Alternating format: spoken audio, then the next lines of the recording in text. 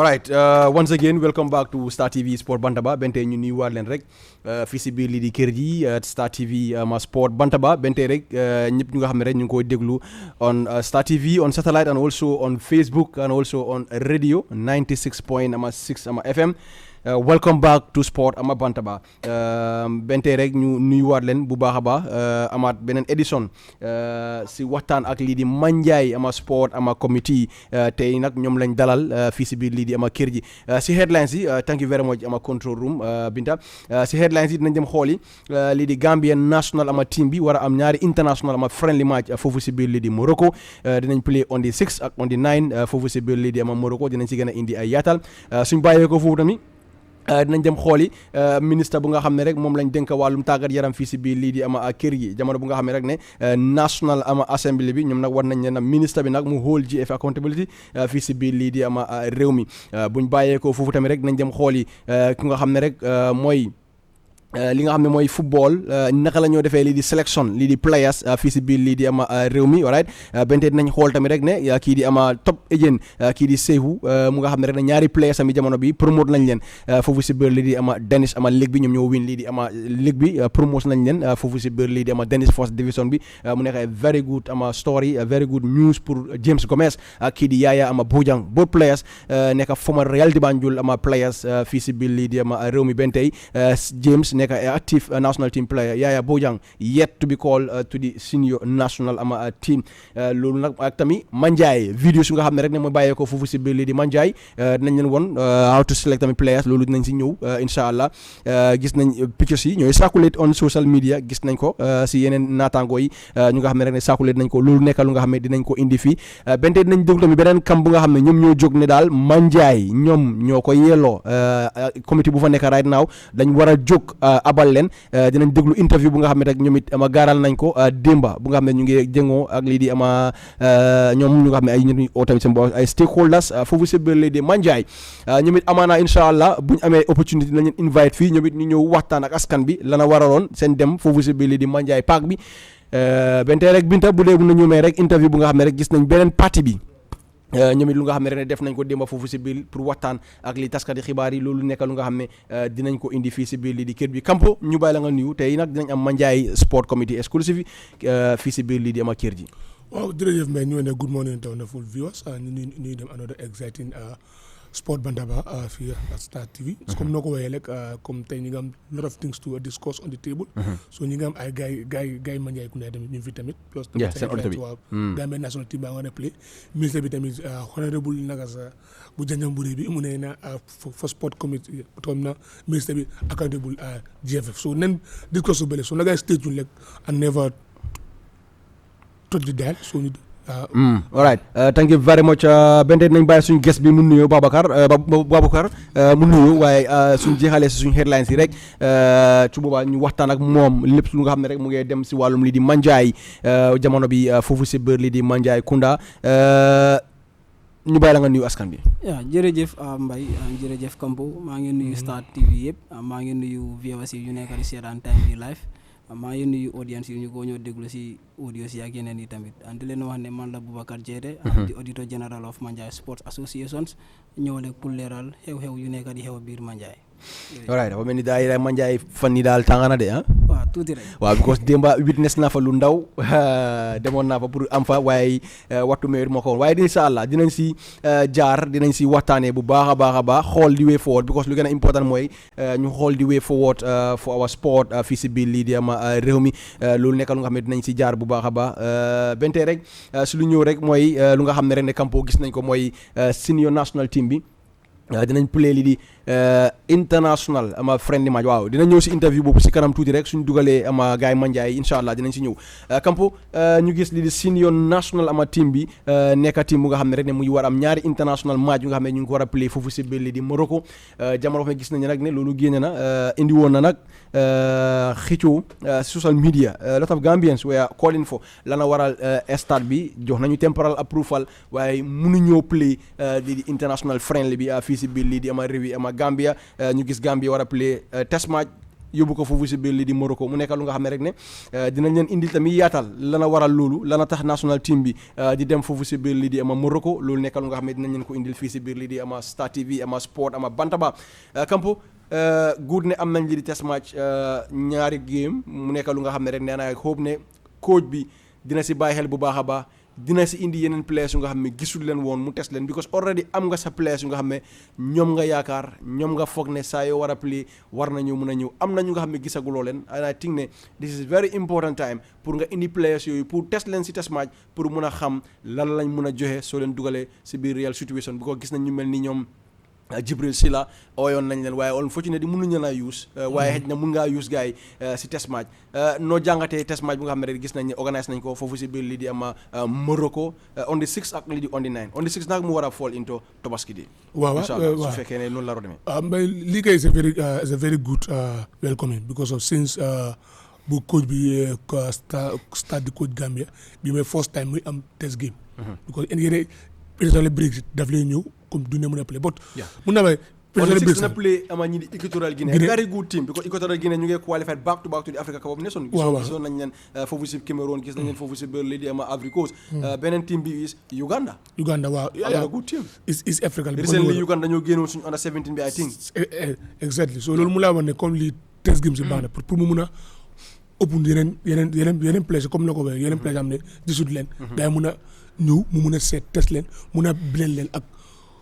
timaam am ne daf ko dee call frequency waaw bii dafa baax te plus bii dafa baax pour suñ living day suñ wol ranking bi tamit because gis na ne suñ wol ranking recently negundi win ñu ngi over wàcce suuf every ranking suñu dañ dee waaja so ñaari test game suñ ko play ñu am fee eligible performance ñu am 4 points dafa gën a boost suñ ranking bi plus test game dafa baax bi ko xam nga nekk professionnel professionnel break am sañ yëpp dem yow nekkul di play te dafa fekk comme yeneen ligue si top ligue si yoo xam ne seen ligue seen saison bi jeex na dafa nekk li Scandinavie ñoom seen ligue bi moo du jee boobu daf la jee around November la dee jee but bii c'est very good living la te gi boo xam ne dañoo seen living bi yëpp la seen objectif bi yëpp leen living la dañoo invite new players dafa nekk comme training camp la moo nekkale dañoo invite new players yi ñu mun a test leen mbaa ñoom tamit dina mun a mit système bi dina mun a bokk tamit si système pour mun a am a very formidable team because still ñu ngi desee 4 games si World Cup qualifier and we have to perform so one day nekk last you have to perform to the highest level ñu mun a am a very good performance so test game bi is very welcoming so te coach bi tamit am naa ne bii mooy first test game am so I think he will try to develop here pour mu build up boppam pour because of xangal seen bu ñëwee lose moom bëri na because last encounter mu amoon yëpp daf ko lose dafa draw mu lose against Kenya ak against Africa Coast mu lose so bii moom dafa war a try mu win Gambian heart although we all know that he play good football but bii dafa war a try mu win Gambian heart mu win games mu amee very comfortable win but mu ngi play team boo xam ne da mën a play i ko déggee they play total football because same most of their players are from Spain are from Portugal are from France tamit they play very very good football te beneen Uganda they depend on their own league ak seen Eastern League bi ak South African League bi tamit so it's good pour ñu test boobu because ñu ngi war a am Kenya ñu ngi war a am Burundi tamit si World Cup qualifier te they all have the same style of play xam naa moo tax mu jël Uganda which is going to help the team also because beneen area la the same principle the same mentality la so it's a very welcoming am nañ ñaari test game si winter si living si break bi nii yeah the other important thing also way Gambians yi gis nañ team bi play back home at the Independence Stadium mooy ama Chan team bi ak li di female ama team bi play back home at the Independence Stadium bu nga xam ne amoon nañ temporal approval bàyyee ko foofu si bër li di ama CAF waaw all of a sudden ñu gis game bu nga xam ne rek ne everybody was thinking ne dinañ ko play back home yi at the Independence ama stadium waaye loolu antuwul match bi nag ñu ko play jamono bi foofu si bër li di ama Morocco lii nag nekka lu nga xam ne indi na coow ak jaaxle bu mag si ñu nga xam ne rek ne bëgg nañu gis national team bi play back home even some of these players mu xam ne da senior national player ñoom si boppam sax yàgg nañ di oote ne dañu war a play back home at the Independent ama stadium waaye lii mënut a antu lu ko waral rek mooy ne xamoon nañ ne CAF dañu joxoon temporal approval pour ñu war a mën a play lii di ama games yu nga xam ne rek ne mooy CHAN team bi because comme ni ñu ko waxee rek play Sénégal stade Lat Dior wax dëgg yàlla suñu stade bi moo ko gën téeméer yoon sax so suñu ne mun nañoo bàyyi ñuy play CHAN team bi at stade Lat Dior I don't know why stopping Gambia from playing back home here at the Independence Stadium li taxoon GFF binda wone ne CAF nañ leen bàyyi ñu play bente ñu def luñu temporal approval for 2 games waaye yëg nañ ne stade bi dañ ko war a liggéeyaat because September international game dafa am Gambia dafa war a play against ñi di Burundi mooy World Cup qualifiers yi so lu nga xam ne rek jot nañ ko mooy du make wise idea nga play a test match back home at the Independence Stadium then September calendar bi ñëw ñu ne liggéey parewu doo mën a play si Independence Stadium bi so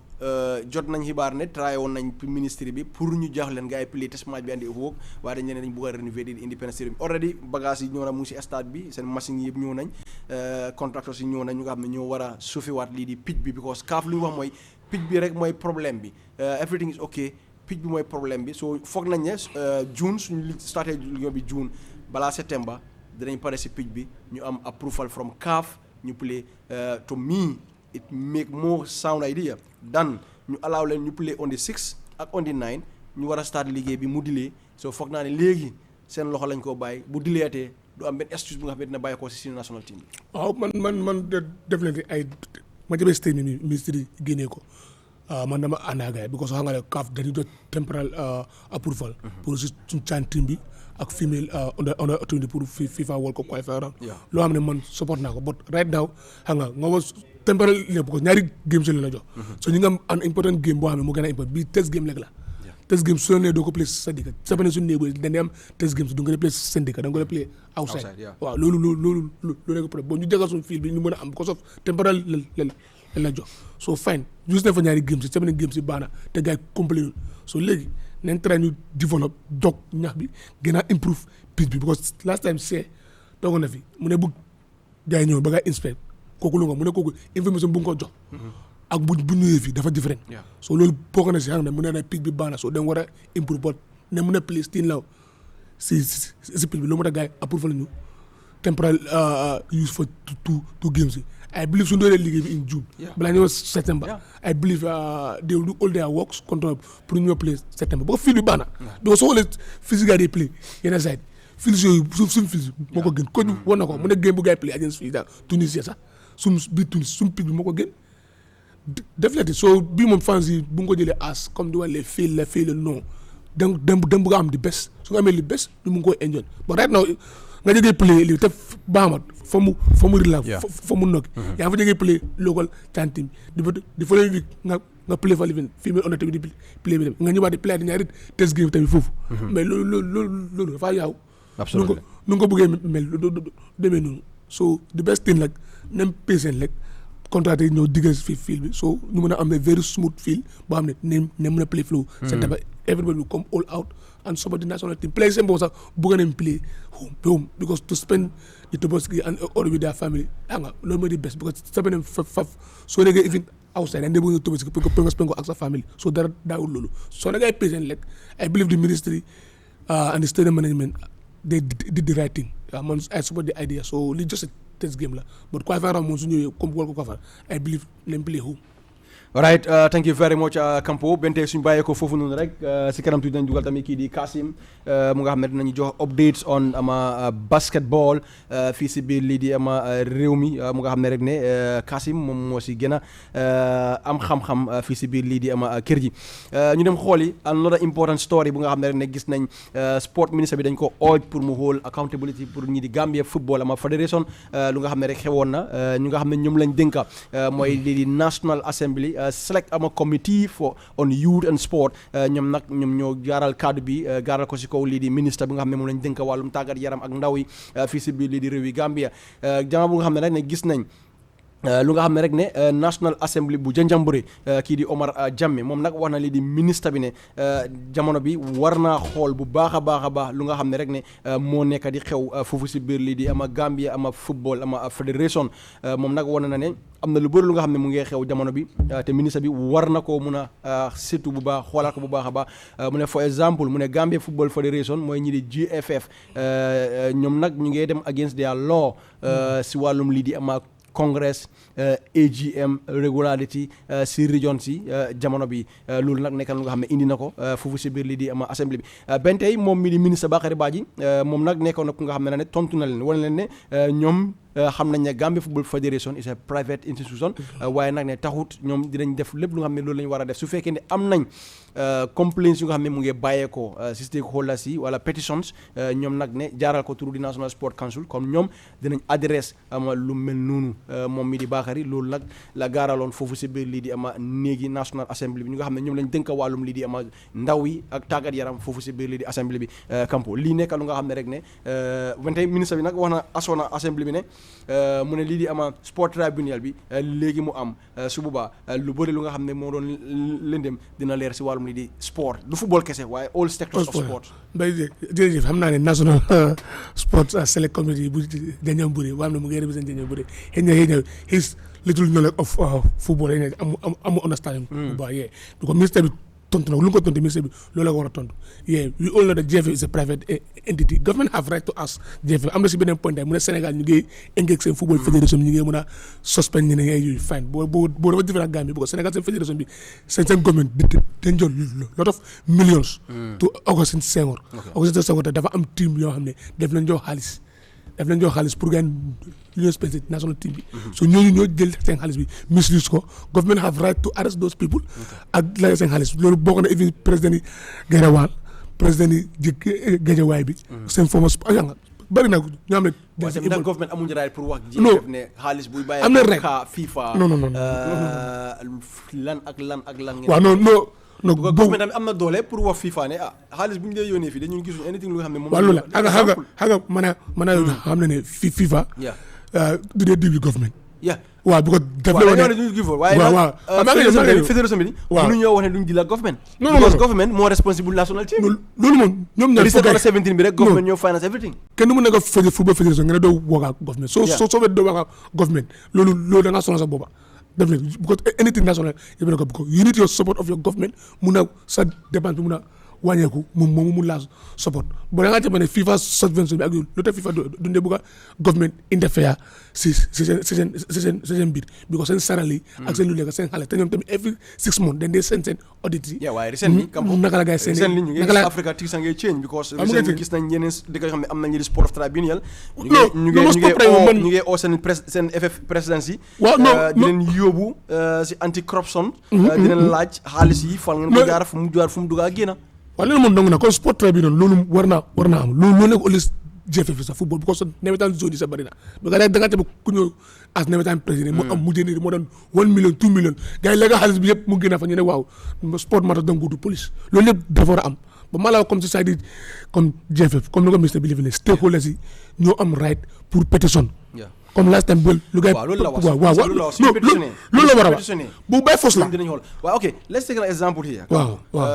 both the National Assembly Select Committee ak the Ministry of Youth and Sport ak the National Sport Council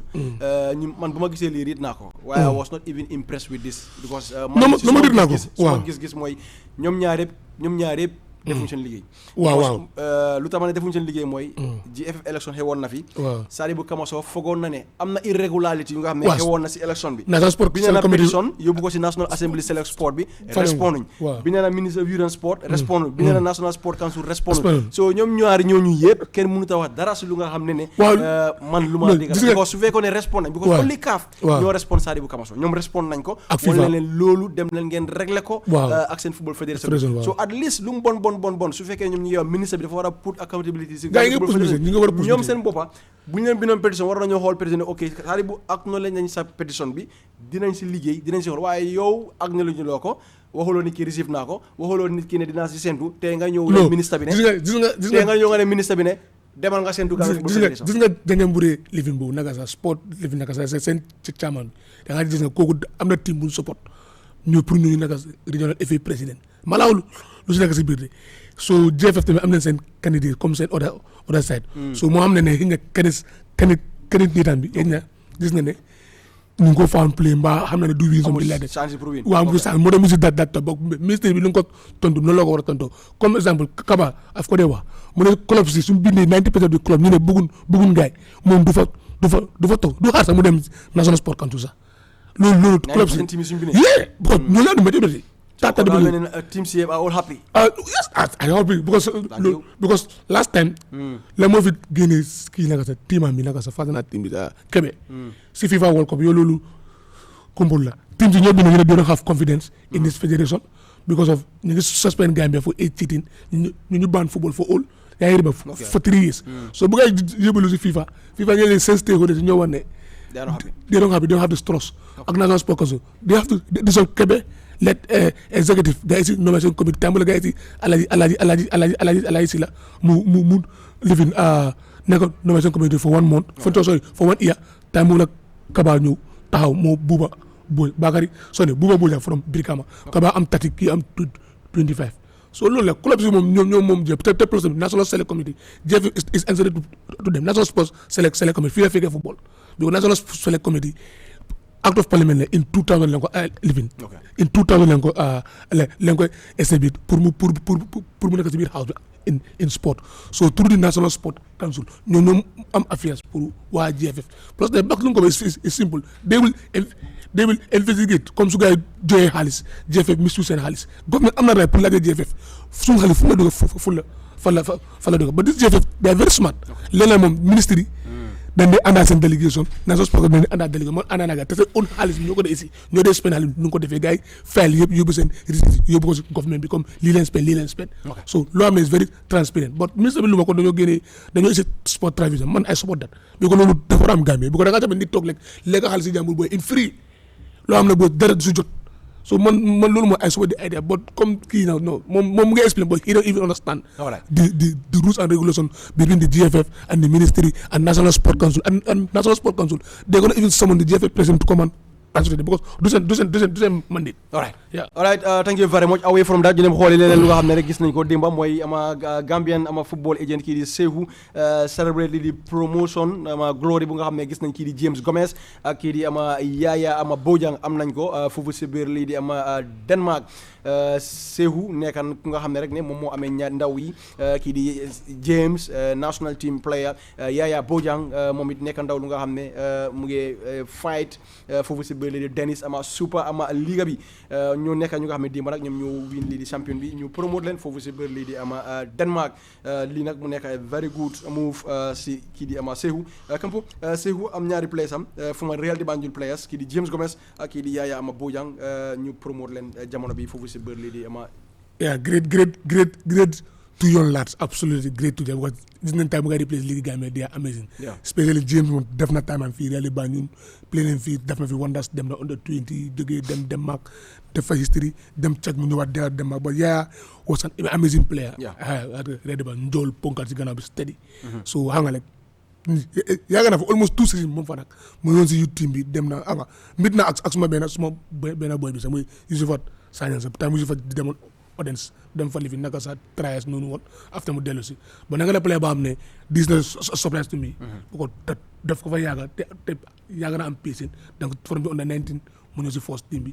te bi na gis surprise bu ñu defee début bi win na game ba am na man of the match award sax so léegi qualify nañ tuddi promoter nañ tuddi super liga indi Dennis League team bi fa relégué na but alhamdulillah léegi so fii sa yoon laat te who knows he can even be invited but dafa nekk player ba am ne he is amazing player te dafa mu soo ko tamit nga xam ne defender dëgg la because of height bi ak ability bi daf ko te mun naa play midfield mun naa play si gannaaw te Real ba mis leen type am trop tamit so we also need him in the Gambian national but ñu ngeen ñaan in future mu génne fa mu dem a bigger league xam nga mun a represent red white blue white green so ñu wane congratulation for both of them ak with their agent Seku xam nga rek bu ko ni ko nekk ba sa player la nga sa player ñoo leen make happy pour xam nga rek nga mun a dem another level nga mun a make another level te they deserve to be promoted also to the Super League of the Dennis championship. All right thank you very much lastly fu ñu dem xool rek den ñu ama jublu ak kii di ama Miss ama Jaiteh si lu nga xam ne mooy xew foofu si biir lii di Manjai den na isi kii di ama Kasim dinañu jox all updates yu nga xam ne mooy xew si wàllum lii di ama basketball fii si biir lii di ama réew mi comme to ne ko bàyyi xel rek Kasim nekk na ku nga xam ne xelam màcc na lool si wàllum lii di ama basketball lu nga xam ne rek mu ngi xew fii si biir lii di réew mi ak ndaw yu nga xam ne ñu ngi génn fii di dem play basket outside the country ñu dem xool yi sélection feasibility ama réew mi mu indi a lot of controversy bu nga xam ne rek ne sélection xam nañ ne never nekkul nga xam ne daf dee fair du Gambia rek waaye anywhere du mus di fair waaye tamit rek ne naka lañ dee selected these players si ligue bi loolu moo nekk lu nga xam ne at least war nañu ko di ko bàyyil xel bu baax a baax ñu nga xam ne ñoom lañ dee dénk wàllum lii di ama suñ team si fii si biir lii di ama réew mi. Recently Kampo Under 20 bi indi na lot of controversy waaye bente rek ñu wish all the best ndaw yu nga xam ne ñoom lañ select pour ñu respecter lii di ama Gambia si premier round bi bañ am lii di final selection bi foofu si biir lii di ama goal project bi head ko ak kii di Yaya nu mu tudd Ablaye ama Bojang waaye Kampo is very sad si suñ team si starté ko si ama Chan team bi wàcce si 23 wàcce si Under 20 Under 17 female football is very sad koo gis du ñoo seetaan football. loolu moo dëgg la it's hard to say waaye du ñu seetaan football. loolu moo dëgg la ñu wax ne ñu ngi dem seetaan seen team wala dem seetaan yi seen team yi xarit. waaye du ñoo seetaan football because man maa gisuma seetaan yëpp si ligue bi second division bi 3 quarter bépp gisuma fa benn coach bu ñëw taxaw yore paper ak pen wane mu ngi scout lii di player. compared to Matar Mbodj lu mu doon def Matar Mbodj first division second division he was the only coach bu nga xam ne. foo ko ngi ko fa fekk mu yore pen moo tax mu am success boo xam ne am na ko ak lii di Under 20 bi. Football dafa fair doo mën a toog sa kër ngay tap in place su la neex nga ne ñoom ngay select at the end of the day nga bëgg kenn du wax it's high time su fekkee ne nekku seen contract si ñuy try di ko pour seen contract si ñuy xool lii di ligue bi di dem seetaan lii di ligue bi nekkul Bakaw ak goal project kese ba Basore maaji jang fa Soma maaji jang fa they have to go dañu war a dem seeti lii di ligue si Kabakel waaye koo gis yi nga toog rek nekk ay VIP coach doo dem fenn su tournament jot rek nga pick player su la neex nga ñëw dem at the end nga dem ñu dóor la nga dellusiwaat di yaxa resources li Gambia it make no sense te koo gis dañ leen war a wax dëgg it's high time ñu start di seetaan li di football. mais loolu ma nga ay total agree with you ba ko man sa dam de mën a ama som coach sa problème loolu ba soo wee ñu ne la waaw non defal ndànk ba loolu moom leen loolu moom dëgg la parce que sélection bi dafa nekk bay mes parce que son dañ dee sélection soo sa léegi xam ne sélection du dee fee waaw soo sa léegi foo ñeneen coow da nga def fansi mu ne kii deserve na ba loolu ba tamit dëgg la sélection ma mën nekkoon ko defee ba man tamit nekkul game si lañuy seetaan léegi dama seetaan game si goal peut-être du ma gis benn coach ba amee mu ngi scout waaw léegi ma seetaan game in Brikama du ma gis kenn xanaa dem am ay spécialité yoo xam ne dañ dee Sénégal gars yi suñu bot léeg-léeg te naa la ko wax Sénégal seen sélection su nga ko def dañ di am seen every league dañ di am ñaari nit boo xam ne dafa représente fédération bi soo defee wonders daf lay ñëw mu bindara c'est report man loolu maa ko tax maa ngi toog si VIP bi ma la ko yoo xam ne mënoon na maa ngi liggéey fi nekkul match mu ne fédération baa ko def mu ngi maag benn player Kassa maag Youssoufa Sagna foofu laa xam ne Youssoufa Sagna nga nañ ko aussi All African Games yi ko dañ ñëw pour whole player performance si beneen ligue tamit keneen tamit mu fa soo fédération bi tamit loolu leen war a def soo xam nga am na yeneen ko yi dundee seetaan ni da laa war a kii baax la nga ñëw nga jël ko loolu which is very wrong yeah which is very wrong moo tax recently su Under 20 bi mu ngi fiil last time su Under 20 sélection ba den ñaata weeks ñu ngi tërin ñu ngi def screen ba mënut a am final team bi te last Under 20 bu demoon Liberia boobu is the worst Under 20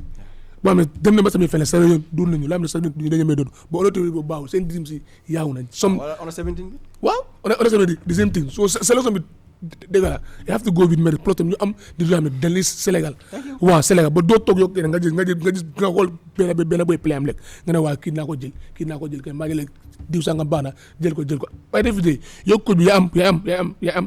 am problème nag kon la ma dégg la saa yi naka sax Matar man safel game du stadium du Bassour du Brikama du feneen naka sax réalité bàyyi seen fil bi naka Bassour fu nekgal day dem west ba third division sax di def ko dee scout Matar so loolu moo tax tamit mu gaaw am so moo tax moom ñu select doo dee dégg coow sax waaw boo ko moom ci boppam daf lay dem seetaan ba Sénégal boppam so diggante moo war a appel tamit si coach yi Under 20 bi tamit seen coach bi ak seen technical side ñoom yëpp engage di seetaan ba fédération bi appoint special people gars yi defal ko sélection moom mu ñëw mu select ñooñu best out of mu ngi de best out of them gars yi represent the Gambia I totally agree with you on that. Thank you very much Kampo bente rek ñu dugg si biir lii di am waxtaan ak lii di Manjai su boobaa rek bente moo ko wéere am nañ fi Kasim dinañu jox update every week dinañu jox update on ama basketball ak yeneen sporting activities yu nga xam ne ñu ngi xew fii si biir lii di ama réew mi ni ñu xamee football tamit war nañ koo xamee lii di basketball fii si biir lii di ama réew yi ama Gambia because lii yëpp ama sport la fii si biir lii di ama réew mi good ne Kasim dinañuy jox loolu every week incha allah dinañu ko fi min di jox ñu leen ko joxaale fii si biir lii di ama Star TV ama sport ama Bantaba alright ñu dugg nag si biir lii di waxtaani lii di Manjai ak kii di Mr Jaiteh recently rek gis nañ am na lu nga xam ne rek ne mu ngee dem di xew foofu si biir lii di ama Manjai Kunda si wàllum lii di sport te xam nañ ne football a ngi ñëw door si xëy na sax ndaw yi door nañ di fay si wàllum lii di qualifier rounds di nawetaan waaye lu ñu def rek mooy bala ñu laa indi rek nañ déglu interview bu nga xam ne rek ne beneen kam bi ndaw yi wax nañ ko si lu nga xam ne rek ne démba moo leen métti te loolu la ñooy ñaan nguur gi def ko si yéen seen current executive bi ñu déglu interview bi rek dellu si waat fii si Star TV Sport Bantaba. nagaay wax ñi nga xam ne duñ doomi Manjai amee alali Manjai nañ ko delloo Manjai mooy suñ caabi yi ak suñ accounts yi because soo déggee da nga xëccoo alali Manjai doomi Manjai ñoo liggéey Manjai fii nii ba ñu GFF ñu recognize as a zone league trophy bu gaa di wax nii doomi Manjai ñoo ko lobby from QCell mu ànda branding moo laa gis nii loolu moo fa nekk ñun luwaa moo change bañ am that somebody ba ñoom ngaa ñëw gaa dugga si ba council jël suñu alal ñu jox leen ko dem nañ si council na meet na leen in several occasions waa ñun dañ dem ba xam ne council pare wu ñoo aate because ñoom day war a ay mediator waaye léegi council dañu bëgg a wax ne yéen as the village yéen park bi yéen moomul leen ko waaye ñun council with the WDC dañoo liggéey ak nawetaan committee bu fa nekk ñu clair ga leena political demarcations moo ñu boole ñu naa kootu kuwaare ñu siya council waa ñu naa kootu mënu ñoo siya fiil bi ñu naa kootu mënu ñoo siya marché bi ñu naa kootu mënu ñoo siya baamel bi loolu ñun Manjai ñoo ko moom personnel loolu na leer council buñ demee xam ne nag council fu mel nii nag ñoom pare wu ñoo aate ñun dañ pare na jël luwaa bi suñu loxo waaye fa nekk ay xale yi nga xam ne ay kilifa ñu ñoo leen boot ñu woon ñu ne ma ne léegi xaaral ñu ubbil leen benn bunta ñu seet soo buggaa àggee si bunta boobu nag ñooy si ay jéego ba nga xam ne tey ñun dem boo nañu pour tëj fil bi si boppam ba gars yi decide ou ba ñu decide waaye léegi moo tax ñu isi am this press conference pour wax a gaay ne ñun luñ doon négocier ak council jaala neen council léegi ñoom ñu nekk seen office yi mooy IG bi office am as security and then the National Sports Council or the Minister of Youth and Sports pour ñoom ñu mediate ñu make sure ne jàmm am na lu gaa di mediate na mooy ne nagaay wax nawetaan committee bu fi nekk suñ caabi nañ ñu ko delloo ak suñ account su ga amee ñun ñooy mën ne suñ alal in totality aya wuñ benn team bu ñëw play nawetaan de team bu bëgg si ñëw play nawetaan mu ngaa ñëw play nawetaan waaye under the committee of the people of Manjai Kunda and parents dara du change. Thank you very much. All right, thank you very much. Mr Jaiteh ma quickly rek déglu nga interview bi wane nañ ne daal dañ ñëwoon pour tëj lii di pitch bi ba ngeen am négocier ak ñoom demoon nañ KMC waaye dafa mel ni KMC mënuñ leen a wax dara lu nga xam ne dugg na seen noppa yi jamono bi waaye jamono bi passé nañ si foofu noonu ñoom now they dealing with the government aye wuñ kenn nag ñëw play wala fay waaye nag ne committee bi dafa war a nekk committee of Manjai bokkuñ paak ak fana kootu ak am na feneen fu ngay wax fana Bakoteh right waaw bokkuñoo ñoom Manjai alali Manjai la dem na sax ba ne bokkuñoo marché bi ak kenn bokkuñoo bàmmeel bi ak kenn waaw déglu naa TikTok press conference bi because foog ma ne gis naa fa benn media house that was covering all I see is social media influencers TikTokers ñoo fa nekkoon gars yi di share these things basically first of all bugg a establish ne rek ñun ak the people of Manjai are not enemies and amuñ benn personal grudge against anybody within Manjai. Okay. And in fact they are our direct stakeholders. As we speak in Manjai am na almost 5 teams yoo xam ne they are participating in the zone. In Manjai. ñun team yi Manjai lañ. Okay. So basically ñu fa nekkoon yëpp suñ ay boy lañ suñ ay mag lañ suñ ay raka lañ so ñun amuñ benn problème ak the people of Manjai issue of ownership nag ñun duñ si dee bëgg a wax lu bëri because ñun as a committee we don't own the park so ñun we are there mandate la dañoo saafe time bi su jeexee we go for elections suñu re-electade ñu stay if we are voted out beneen committee moo ñëw so mu ngi mel ni government la rek waaye ñoom lu ñu wax mooy ne ñoom ñu fa nekka duñu ay waa Manjai ñoom ñoo nekk ay waa Manjai ñoom ñoo war a doxal seen community football seen community sport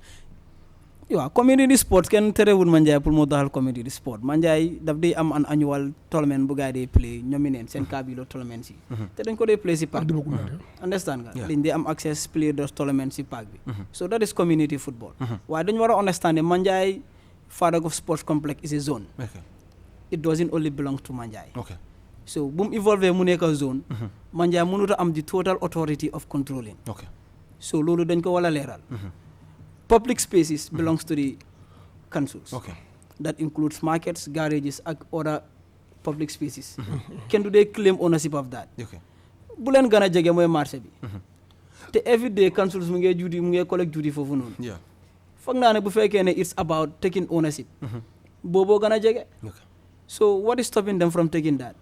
because xam nañ ne amuñ mandate bi so dañ nekk di misinform seen youth si and it is not good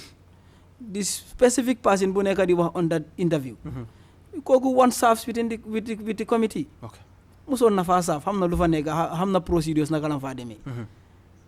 te ñun duñ fi nekk du tanis the image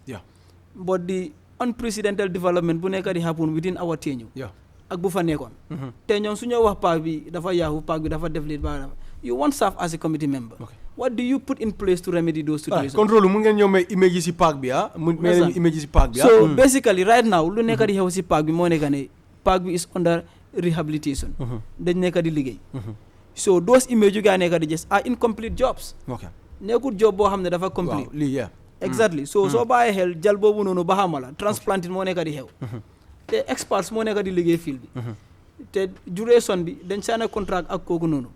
and 1 month bi sa elapse sangut during our signing of this contract te yaa ngi gis ñax bi nu moo ñëwee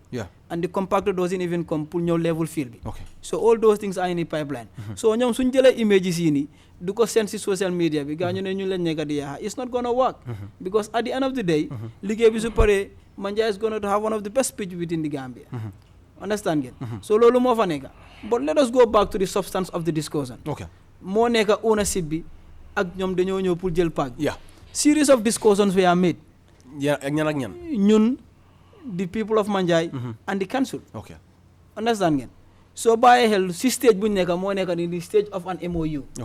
because council bi dafa bëgg a am a unique MOU boo xam ne dañ ko war a say diggante ñun ak KMC understand where Manjai committee will also sign as a witness pour nga understand how the process are going si stage boobu lañ nekk and they are not happy with the outcome and they are given the opportunity after the draft understand ngeen pour nga andi seen position paper on the draft MOU and andi nañ seen position naa la share with that document seen position on the draft MOU boo leen am ak seen diggante ak KMC seen diggante ak KMC understand ngeen so ñoom they are fighting for ownership ñun loolu lañu wax very simple pour ownership pour mu yore paak bi ñoom dañ bëgg a jël total authority of the park so gaa ñu ne sports committee génne ko si council bi ndax génne ko seen loxo yéen non ñoom right now sax they are disregarding the council ñoom believe wuñ ne sa council moom that public space ñoom ñu ne ñoom ñoo moom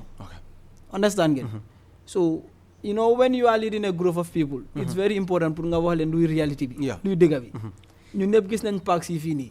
park bu nekk dafa am si dëkk bu mu nekk waaye that particular dëkk du dee mën a claim ownership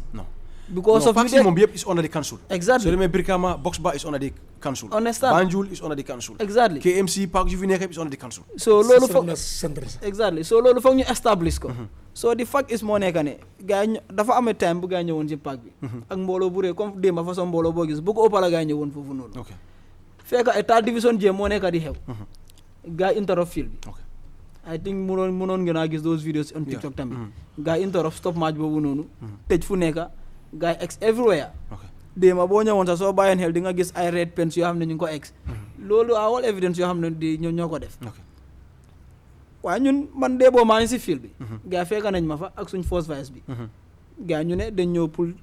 ñu hand over leen kiis yi démba that was before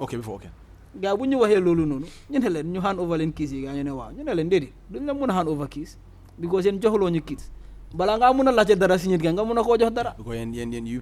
understand ñu ne leen bu fekkee ne affaire yi ownership ngeen naa kaas dem leen KMC. waaye ñun xëccee wuñ affaire yi ownership ñun dañ fi nekk as a committee te dañoo dem. beneen committee moo ñëwaat. committee boobu dafaa dem beneen committee mooy ñëwaat. so ñun issue of ownership we are not fighting it. what ñun lu ñu fi teg moo nekk ne pour develop park bi organise sports. understand ngeen yearly. te every year dañoo am suñu annual AGM. whereby dañoo report to the stakeholders. ñun we are backed by 32 team stakeholders. ñu nekk di compete within the Manjai zones. ñooñu ñoo nekk suñu direct stakeholders. te suñ congress are observed by the KM Sports. yoo xam ne is under the councils te dañ report to the National Sports Council. Understand ngeen so ñun teguñ fa suñ boppa. Well, the other things also lu ma dégg mooy ne there is malpractice bu nga xam ne mu ngi xew within Manjai corruption mu ngi foofu si biir li di Manjai sport ama committee loolu yëpp tax na lu nga xam ne tax na ba gars yi foog ne daal dañ ko war a génne seen loxo because war nañ ne park bi for how many years park bi mënut a develop mënut a am ñax loolu yëpp nekk su nga xam ne rek ne foog nañ ne loolu naxari na leen bañ tey ñu génn pour wane ne daal dañ soxlaat lu nga xam ne ñoom ñoo ko moom. Yeah, it's easy, it's easy to say corruption. Man muna wane may dafa corrupt. But what is my evidence may dafa corrupt? Absolutely. So that lolu do debate. Okay.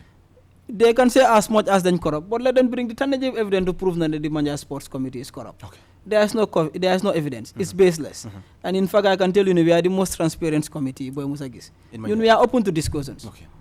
We are open to give anything. Okay. So already the MOU bunyaka the draft. It's specifically emphasizing that point. This is a draft MOU. I'm from the KMC. Okay. You can have it and go check. Everything is there. Okay. Why go and look into their position paper, Bugay and they put insert into this MOU. You will be very disappointed. Very, very disappointed. So the issue is,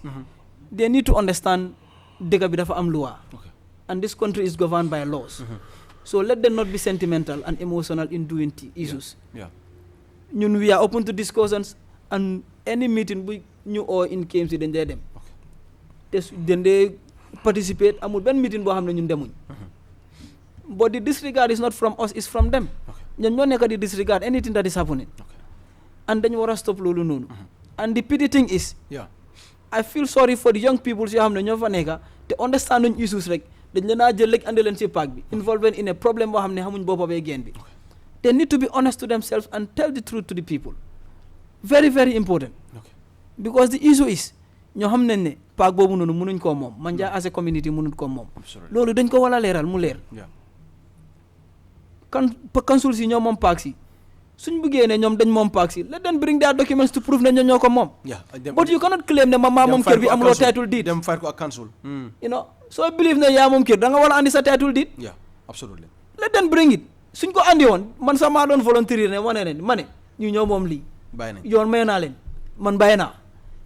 but unless that gars mënu ñoo prove loolu noonu seen arguments are all baseless. It's not making sense. Mr. Jaiteh, lii la mun a indi because recently right now xam nañ ne teams are paying for qualifier rounds xale yaa ngi pare pour dem nawetaan qualifier rounds and su fekkee ne lii is keep pushing tracting lan la mun a indil Manjai because démba ñëw naa fekk naa fa security bu takku fekk naa fa anti crime police yi ñëw nañ fa and those are not the images yu nga xam ne bëgg nañoo ko gis in our sport we have to be professionals on whatever we do because du joxe a good image of sport saa yu match war a amee high security ñëw tag fa it's not sound so lan ngeen foog ne loolu mun ngeen koo takul ba gis ne lii duñ si egga balaa nawetaan si it's very unfortunate because ñoom wax nañ de ñu ne leen ne ñoom they oversee the council now they dealing with government foofu la disregard sa njëkk a ñëwee because foog ma ne central government will bypass the local council bu fekkee ne dañu war a follow authorities yi understand nga because soo xoolee local government act bi dafa am doole bu mu jox central government bi if you go to schedule 2 of the local government act it clearly spells out ne central government luy seen mandate ak luy seen responsibility schedule 2 of the local government act it's also telling you the mandate of the council so léegi soo jëlee mandate di council nga ne yow da nga koo yóbbu central government that's conflict but comme démba image yu ñu fa gis it is uncalled for te ñun bëgguñ ko but ñun tamit as a committee we are responsible of the park te foog ñu jël suñ measures loolu moo tax bu ñu jëlee this internet démba dañoo ñëw to demonstrate seen intention was to come and demonstrate and lock the park nga wax na ko si biir interview am that was their intention what changes that moo tax bu ñëwee gars yi gis securities on the ground loolu moo change to that press conference bu gars yi ne loolu lañ oote but seen intention was to come and lock the park ñun anything lu gars discuss we also have interest Gambia dafa ndaw ñun ñëpp ay mbokk lañ so the issue is more nekk ne ñun we have already reported this matter to the relevant authorities to the council is aware the policies are aware loolu moo tax démba nga gis leen foofu noonu their intels were everywhere démba throughout Manjai so basically it is uncalled for loolu moo tax ñun this issue is before the council for dialogue the council seen standing committee bi seen sports standing committee bi also did their investigation on the matter. They come up with their report. Exactly. Emo Njai ñëwoon na foofu noonu because we were working on this draft MOU because moom moo nekk the president of the KM Sports. Understand ngeen? So the issue is moo nekk ne council tamit seen sports committee bi nii ñoom tamit discuss nañ on this matter def nañ seen investigation they came with their report and in that report 3 things were discussed si office Lord Mayor bi moo nekk the issue of management ownership and the issue of how to unify. How many Lord Mayor is aware? Is aware. Everybody is aware. Understand? So the issue is more in that meeting, ñoom Manjai they were present, and it was categorically stated the custodians of the park is the KMC. The KMC ñooy custodians of all parks. So ñoom seen issue of claiming ownership suñ ko bëggee challenge to any authority or to any highest authority is between them and the KMC, but not the sports committee. Not our them. Yeah, because sport committee is for regulate football. Exactly. Yeah, and they've been elected by clubs. Yeah. So Lord Moneka issue, and it is clearly stated in that the same meeting, the sports committee, ñoo am the rights to manage park bi. Yeah. Buñ ama council bi. Te so demee si National Sports Act bi, it is clearly telling you ñun how we are elected in. So ñun anything luñ ko def dañ ko sukkandiku si loi. From the local government act, the national sports councils, understand ngeen act bi, and any other relevant law xam ne mu ngi si dëkk bi te mu ngi doxal affaire sports baag nañu ñun. But what backs them ñoom? What is their point of contention is in? Yeah, because what substance la guy am ba legal substance la guy am. ñoom lu ma dégg si interview bi mooy ñoom doomi Manjai lañ te ñoom ñu war a contrôle Manjai. Man sa am naa mbookam Manjai suma jarbaat yaa ngi Manjai so ñun yaa all integrated Gambia mooy dëkk boobu noonu. mu ngi mel ni gars yi talinding yi suñ na ñoo moom Serekunda is rek bundu ngi tamit jógee fale ñoo moom so it's not healthy and it's not a precedent that any government or any local authority will set precedent on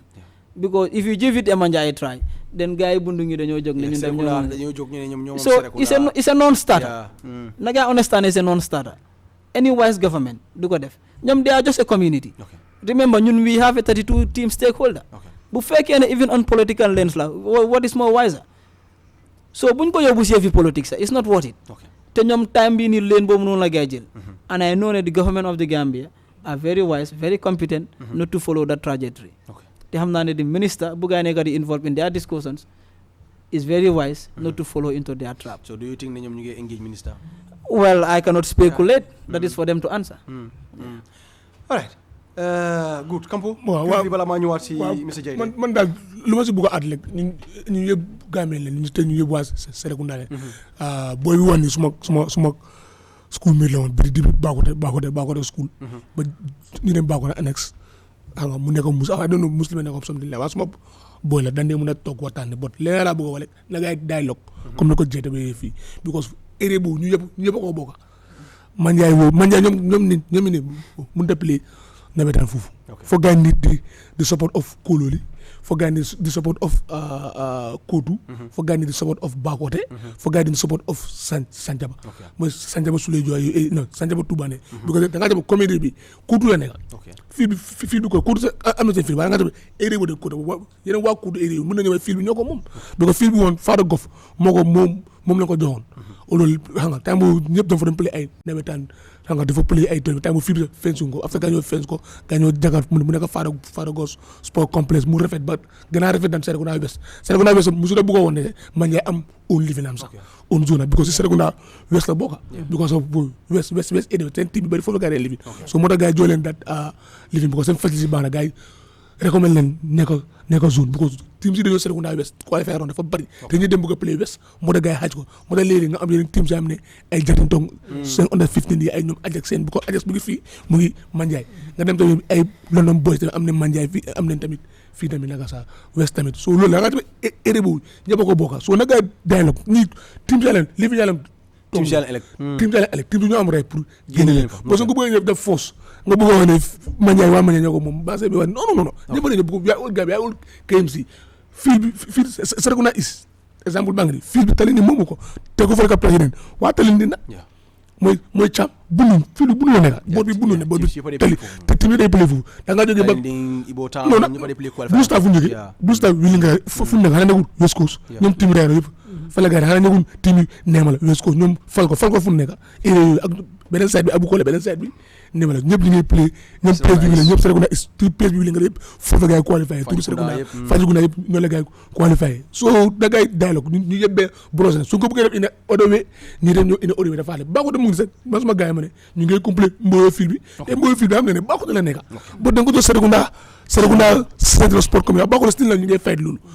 lu ma dema gars yi leen lekka benn bu ko fil bi si boodi baa ko ne tigi baa ko ne dafa fa dem ñu join fa su fa ëppee doole ñu vote comité bi génne fa ñu jël ko so it's simple so da ngay bàyyi de bu ko Gambie benn ko lii council du ko nangu government du ko nangu bi ko soo ko defee beneen zone daf koo defaati beneen zone daf ko because da nga jàpp ne fii tamit mun naa jug naka sax even suukura sax Neema mun naa jóg sax mun na suukura Neema fii lu mu ngi Neema ñu ñoo ko moom so let boy Gambie football organisme xaw ma gaa leen amul njëriñ waaye ñëpp benn leen football daf lay si people together ba bu dem violence so li mu koy génnee gars yi benn ba élection ngeen dem comme ça da nga lu def vote of confidence nga génnee gars yi simple ba dan fil bi waa Manjai ñoo ko moom boo sama bu nga waa loolu it's impossible area boobu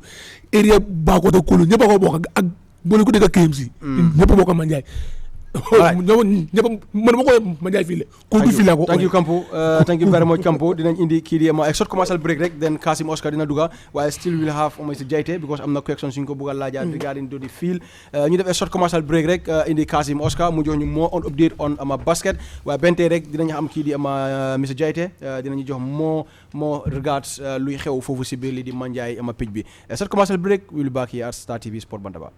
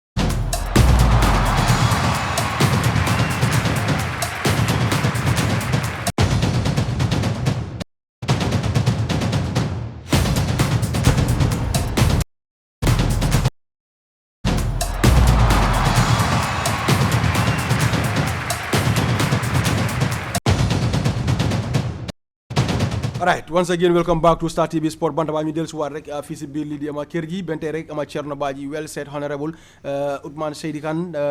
mu ne okay what is the Manjai Sport Committee doing in regard of the field alright Mr Jaiteh dina ko answer si kanam tuuti rek Cheikh Tidiane Wada True Talk ama Kampo ma Star Seka I come to listen clearly alright thank you very much for that dinañ si gën a indi yaatal dinañ si gën a indi waxtaan bente dinañ si ma dox tamit dem KMC waxtaan ak ñoom regarding of Manjai lu fa xew ama jamono bi bente rek gannaaw involve nañ ministre bi dinañ try tamit am kii di ministre bi waxtaan ak moom si lu nga xam ne rek ne moo nekk di xew foofu si biir lii di ama Manjai ama sport ama committee bente rek ñu loo def rek mooy ñu am kii di ama Kasim ama Oscar ku nga xam ne rek ne dina leen jox lépp lu nga xam ne rek soxla ngeen ko si wàllum lii di volleyball ak lii di basketball fii si biir lii di ama réew yi ama Gambia Kasim ñu dalal la fii Star TV Sport Bantaba. jërëjëf Mbaye Camara nuyu naa la nuyu naa seetaankat yi yëpp ak déglukat yi basket ak handball la du volley. handball ok waaw léegi nga dugg si volley boobu tamit. exactly so comme noo ko waxee rek am naa mbégte trop pour ñëwaat fii xam naa ne tamit waa basket ñuy play ñuy seetaan ak ñoo xam ne bëgg nañ basket bi àgga fu si kaw noonu di ñëw kontaan trop toujours ñu ngi am ay dañ soxla visibilité bi tamit comme football absolutely fu nekk nii daal gaa ngi si trophy Gambia wallahi ñu ngi wax wala daalin amin parce que gis nañ ne léegi media mu ngi see jàppa Star FM Star TV ak ñii di GRTS xam nga soo amee somebody who is right for the job di nga am right images, right publication. So I think that this is important. Pour nga xam ne you know so employer nit ku nga xam ne you know am na pass bi ak man bi rek dina la jot visibility because yàgg nañ fi gars yi yàgg nañ ci def li waaye duñ doon am this visibility. Absolutely fu ñu toll ni Mbaye ñu ngi wax alhamdulillahi rabbil alamin championship bi commencé na amoon neen jafe-jafe trop moo tax teeluñ ko commencé waaw fu nekk ni commencé nañ ko alkamisa bu passé bii nii te mooy ñetteeli fan boo xam ne ligue bi start na the good news this time around mooy ñu ngi play in different various venues ñu ngi play si stadium bi ñu ngi play Sibek foofu ñu ngi play Manjai ak Kodu school tamit exactly so lii yëpp pour yóbbu basket contrôle mun ngeen ñëw may resol si volleyball si basket sorry basketball bi ma suma xel mu si volley de xam naa basket basketball bi exactly so seetee si image bi di nga gis almost very important maa ngi gis even Bakaw 23rd May exactly Bakaw seen ñu doon play seen jigéen yi play leen ak ñi di Serekunda West jigéen yi amutoon ndam ñu am ay lii di défaite Serekunda West ñoo leen dóor almost si big score line boobu noonu 98-47 boobu bokk na loo xam ne is a strong message from West yaakaar naa ne xam nga tuuti si wàllum Serekunda West when it comes to basket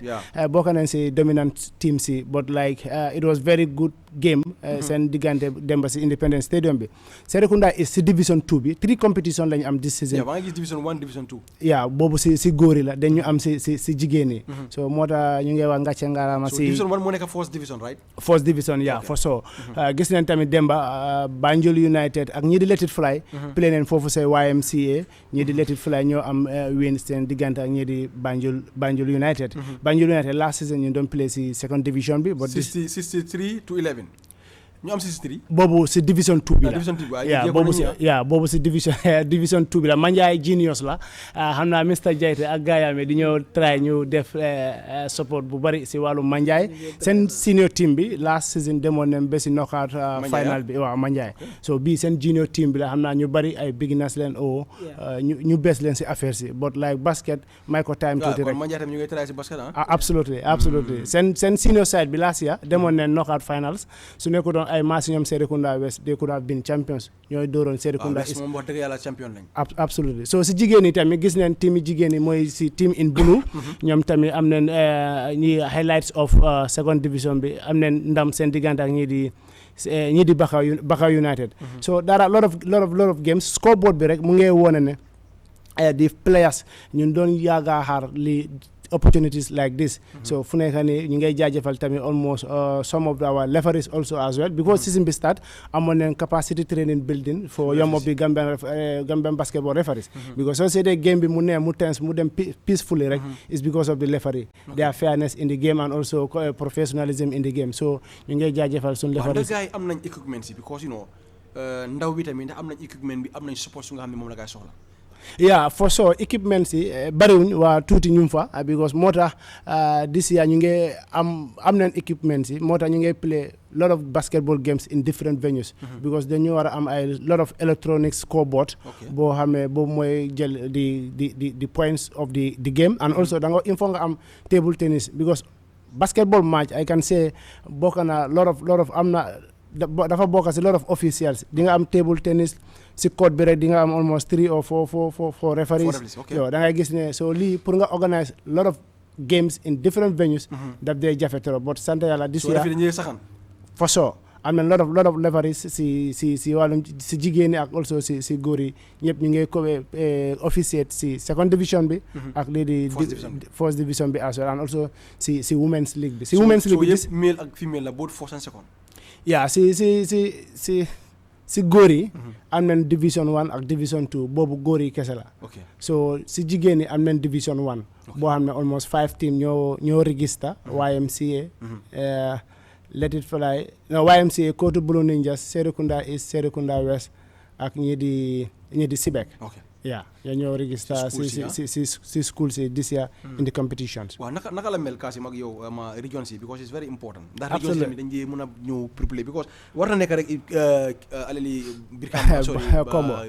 Greater Banjul area. Yeah, basket bi comme like so why history basket it all started in Banjul but gis nañ ne at least decentralized na tuuti ñëw na Kombo. Bu mu startoon Banjul Kombo ñu ko doon play. So gis nañ tamit now West Coast sax ñu ngi ko play because si summer bi gis am nañ Gunjur basketball camp individual ñoo ko organize which is a very surplus for the game and also the association in collaboration with the association. Gis nañ tamit Banjul Bansang basketball camp Badara Jeng head coach foofu si Serekunda East moom tamit ak naataango ami dañ dee organize Bansang basketball camp bi so recently tamit gis nañ big development those some neck of pass don't they get basket involved, especially the 2022 edition be in Banjul. But this time around in KMC, basket compete on all the regions except URR.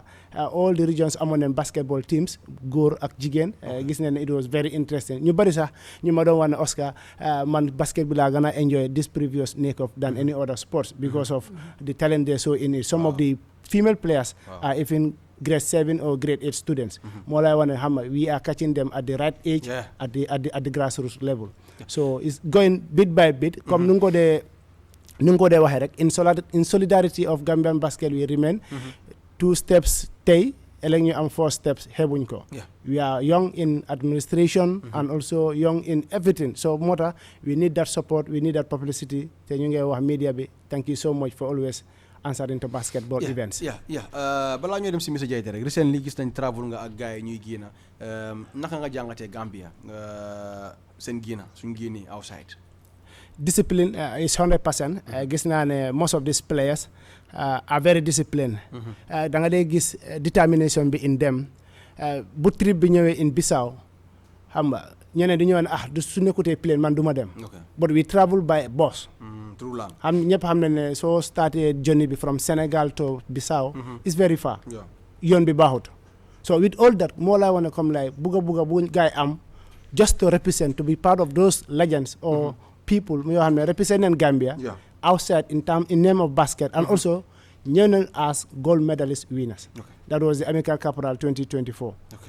After that for now loolu was just the gateway. Gis nañ tamit 3x3 pre-tournament to the Youth Olympic in Senegal. Dem nañ am nañ medals bronze and also silver both si girls si ak also si boys si. From there tamit for the first time in many years. Gambia prepare na ñaari team under 16 boys and girls. ñu ngi participate si FIBA Zone 2 qualifier. FIBA Zone 2 rada championship boo xam ne defoon nañ ko foofu si Sénégal Thiès. ñu am fa tamit the same thing medals bronze medal both the boys and the girls. te right now ñu ngi prepare 3 teams in 3 competitions. The Islamic Games in Konya. xam nga so doole su bariwutee da ngay teel a preparation bi. The Islamic Games in Saudi Arabia is taking place on the 7th of November to 21st or 22nd of November 2025. Preparation be start now already. Coach is assigned and he is training with the players for that competition. Already scout players. Exactly. So and also Coach Badara Jeng, the head coach of the under 16 3x3 Africa School Games in Algeria, probably around July or August. Competition bobu mu ngi start right now. Gambia Basketball Association is preparing that team with Aliou Badara for that competition. And also for the big one, my under 16 basketball qualifiers. Because zone 2, zone 3, zone 4, zone 7. Africa then go categorized into zones. So then I guess right now Gambia is preparing those 2 teams under 16 and under 16 boys and girls for the qualifiers of the zone 2. ñu mun a gis mun a participate si competition bi boo xam ne ñu ngi ko war a host in Rwanda. Started ko from September 2025.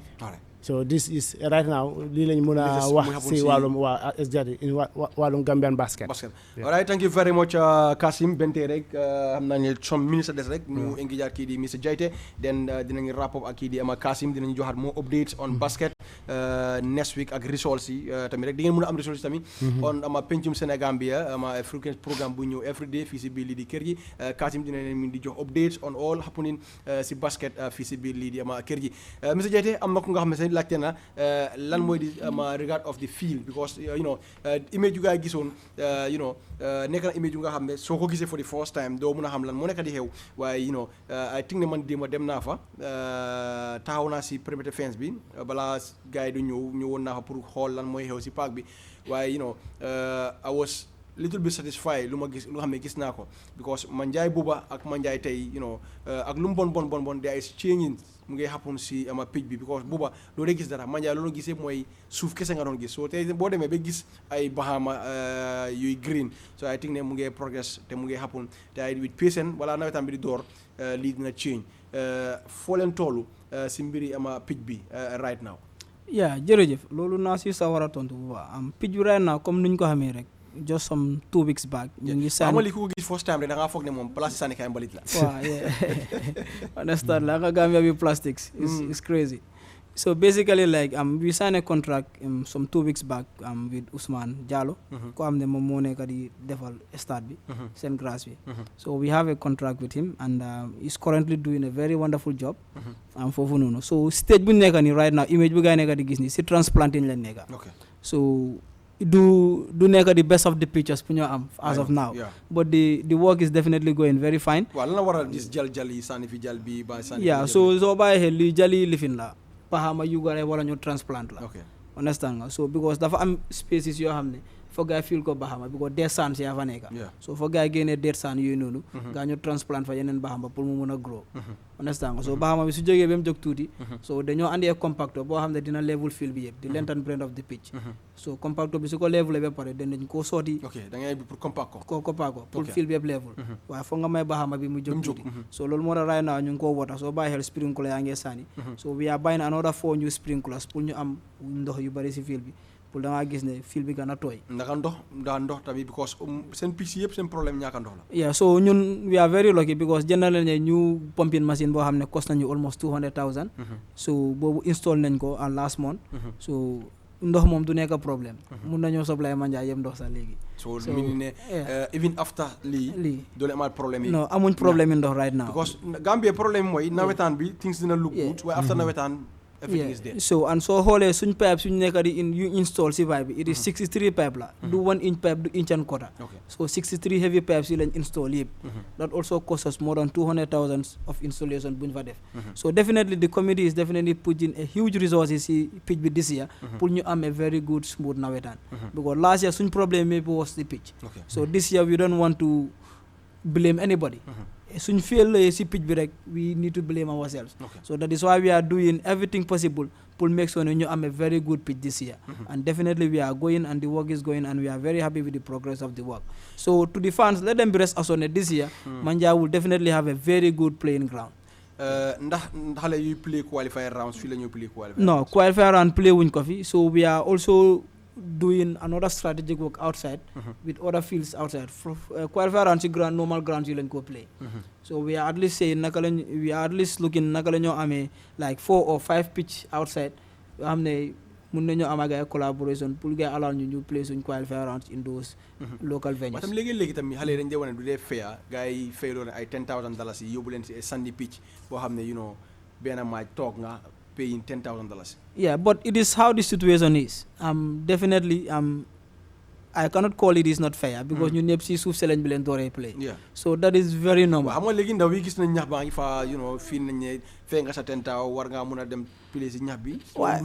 am nga test of the Bahama. waaw xam nga play si Bahama loolu du weesu loolu moo tax xam nga qualifier round moom you are not yet a stakeholder. Yeah. So yow da nga bëgg a nekk ay stakeholder so loolu moo tax nga fay nga ñëw through a qualifier round process so soo demee ba qualified di nga opportunity bi pour play si biir ñax bi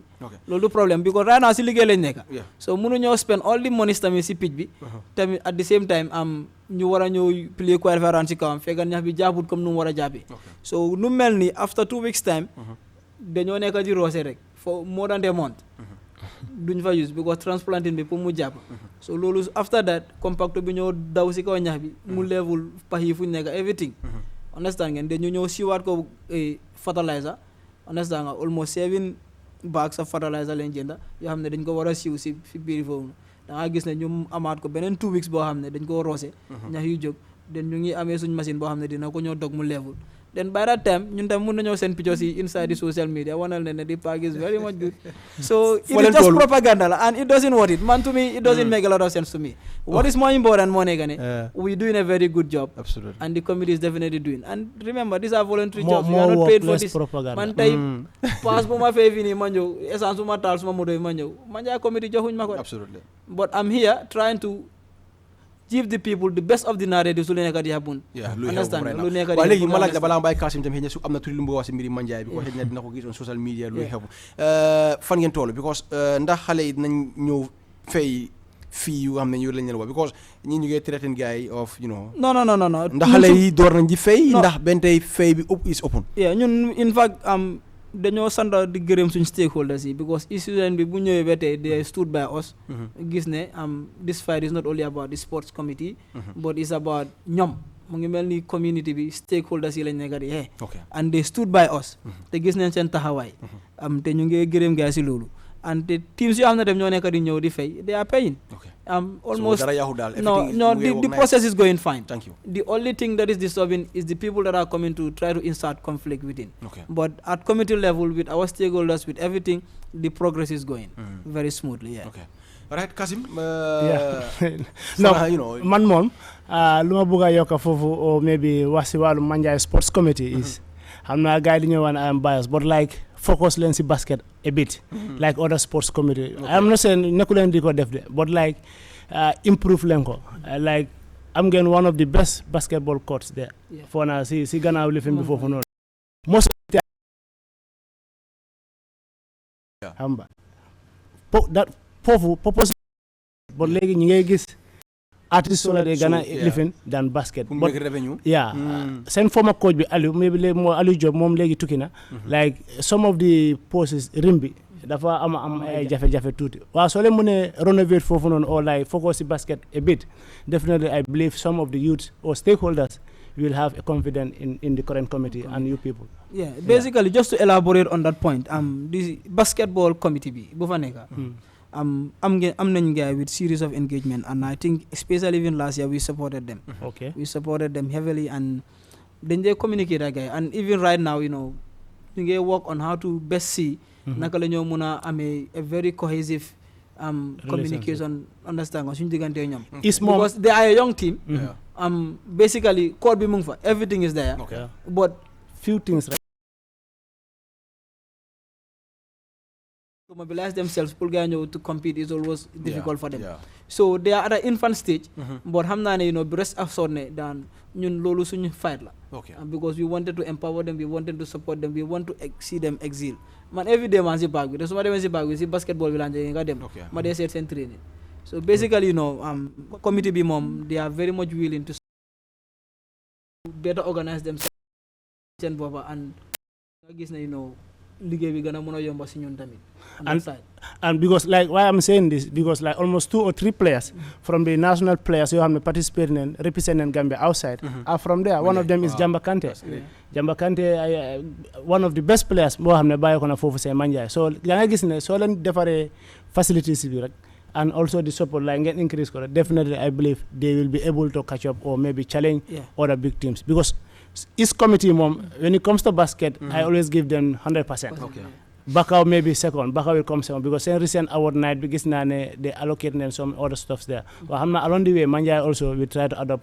those stuffs in their award nights or also committees. We will definitely work on. Thank you so much. All right, thank you very much. Dafa melni waxtu jaamu nañu nak Mr. Jaiteh ñu bayla nga tagu ak di Kassim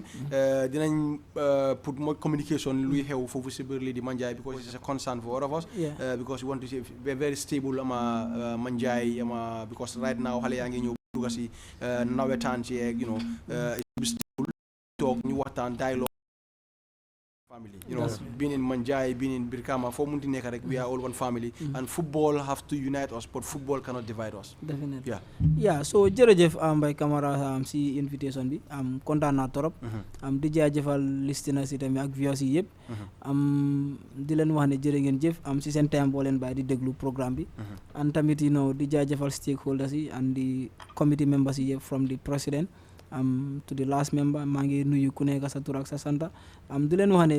this is a common fight amuñ division ñu naa people of Manjai we are one people ñun gisuñ leen as enemies we are still looking at them as brothers because xam ne all these things will go lii dina je te seen community si seen team si dañoo ñëw participate so we have no grudge against them so basically lu ñoo ñaan rek na gaay teg everything si loi nañ teg everything si yoon ñu bañ a forcer lu bëri nañ waxtaan suñu waxtaanee rek dañoo jubu basically ñun amuñ benn personal grievances suñ ambition and suñ target moo nekk ne to serve the best interest of sports and that's what we are doing so nañ ñu join and we push that together. Thank you very much. Kasim ñu bàyyi la nga tàggoo. man lu may tàggatoo mooy rek I'm calling on everybody especially pour week bi fixo am na. Fixture tey sax am na and even tomorrow there are games so tey am nañ games in Brikama up to Nema so Brikama people